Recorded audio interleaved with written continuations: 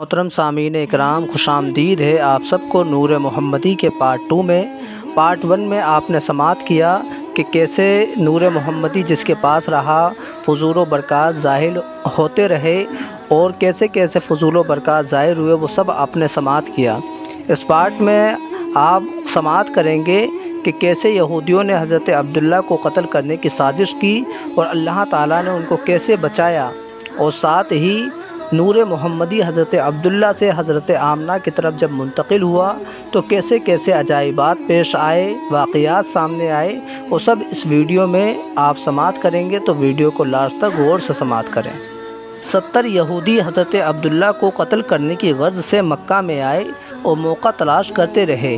ایک دن حضرت عبداللہ شکار کی غرض سے شہر کے باہر جا رہے تھے کہ انہی 70 یہودیوں نے اپنی زہر آلود تلواروں کے ساتھ آپ پر حملہ کر دیا۔ ایک خوبصورت فوج گھوڑوں پر سوار اچانک آسمان سے اتری اور دیکھتے ہی دیکھتے اس نے یہودیوں کو ختم کر دیا۔ اس واقعے کو عبد مناف کے بیٹے حضرت بہب دیکھ رہے تھے۔ یہ کرامت دیکھ کر انہوں نے مکمل ارادہ کر لیا کہ اپنی لڑکی آمنہ خاتون کو حضرت عبداللہ کے نکاح میں دیں گے۔ فوراً گھر آئے اور اپنی بیوی برہ بنت عزہ کو اس واقعہ عجیبہ کی خبر دے کر کہا کہ عبداللہ قریش میں سب سے زیادہ خوبصورت نوجوان ہے، میں اپنی بیٹی آمنہ کے لیے اس سے زیادہ اچھا کوئی رشتہ نہیں پاتا۔ پھر حضرت برہ کو عبد المطلب کے پاس بھیجا اور کہا کہ آپ اپنے بیٹے کے لیے میری لڑکی آمنہ خاتون کو قبول کر لیں۔ حضرت عبد المطلب نے اس کو پسند فرمایا اور اس طرح حضرت آمنہ حضرت عبداللہ کے نکاح میں آ گئیں۔ یوں وہ نور حضرت آمنہ کی طرف منتقل ہو گیا۔ سینکڑوں وہ عورتیں جو حضرت عبداللہ سے شادی کی خواہش رکھتی تھیں مایوس ہو گئیں۔ ان میں سے ایک عورت جو بہت مشہور ہیں، ان کا نام قتال ہے، وہ بہت زیادہ خواہش مند تھیں۔ صبح سویرے حضرت عبداللہ کو دیکھ کر منہ پھیر لیا۔ آپ نے فرمایا کہ تو نے اعراض کیوں کیا؟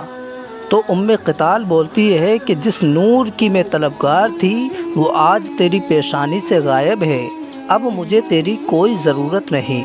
یہ واقعہ سیرت ابن حشام میں ہے۔ حضرت آمنہ فرماتی ہیں کہ جب حضور میرے پاس تشریف لاتے تو مجھے اپنے جسم سے پیاری پیاری خوشبو آیا کرتی تھی، یہاں تک کہ جب یہ نور منتقل ہوا تو جانوروں نے بھی ایک دوسرے کو مبارکباد دی۔ سیرت حلبیہ میں ہے کہ جب وہ نور حضرت آمنہ کے پاس تشریف لایا تو قریش کے مویشیوں اور چوپایوں نے ایک دوسرے کو بشارت دی کہ قسم ہے کعبہ کے رب کی کہ آج رات دنیا کا سردار اپنی والدہ کے پاس آ گیا۔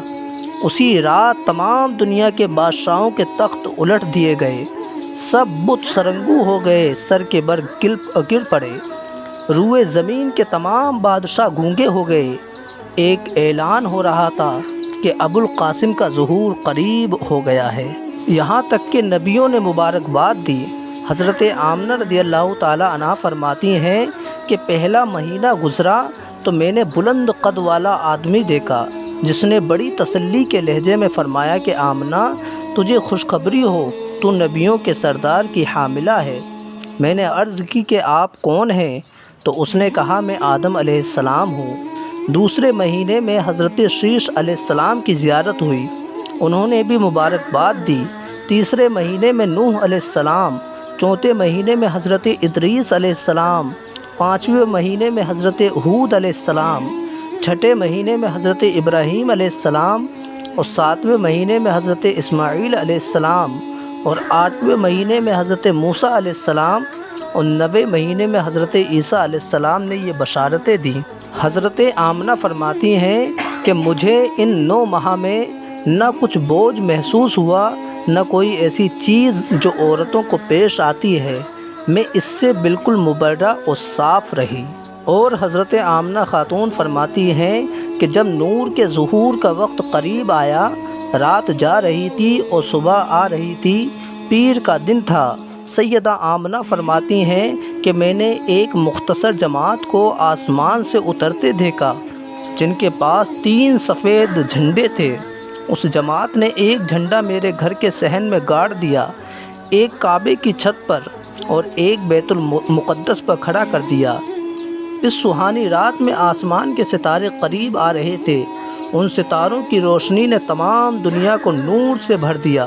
میں نے دیکھا کہ آسمان کے دروازے کھل رہے تھے۔ میں گھر میں اکیلی تھی۔ عبد المطلب طواف کعبہ کو گئے ہوئے تھے۔ اچانک میں نے سفید پرندے کو دیکھا جو اپنا پر میرے دل پر مل رہا تھا۔ اس کے اثر سے میری بے چینی زائل ہو گئی۔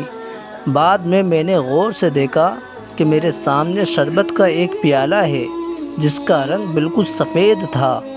میں نے اسے دودھ سمجھ کر پی گئی، وہ شہد سے زیادہ شیریں تھا۔ پھر میرے پاس چند عورتیں آئیں۔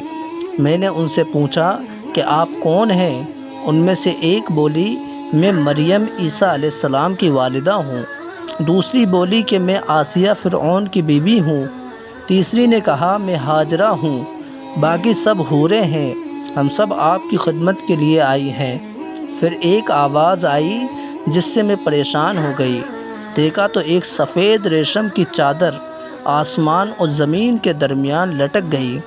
ایک پکارنے والے نے کہا کہ اس کو دنیا کی نگاہوں سے چھپا لو۔ آسمان سے عورتیں اتر رہی تھیں جن کے ہاتھوں میں سفید آفتابیں تھے۔ پھر بادل کا سفید ٹکڑا جس میں سبز رنگ کی چڑیاں جن کی چونچیں یاقوت کی مانند سرخ نظر آئیں۔ یہ دیکھ کر میرا بدن پسینہ پسینہ ہو گیا۔ جو قطرہ ٹپکتا تھا اس سے کستوری کی خوشبو آتی تھی۔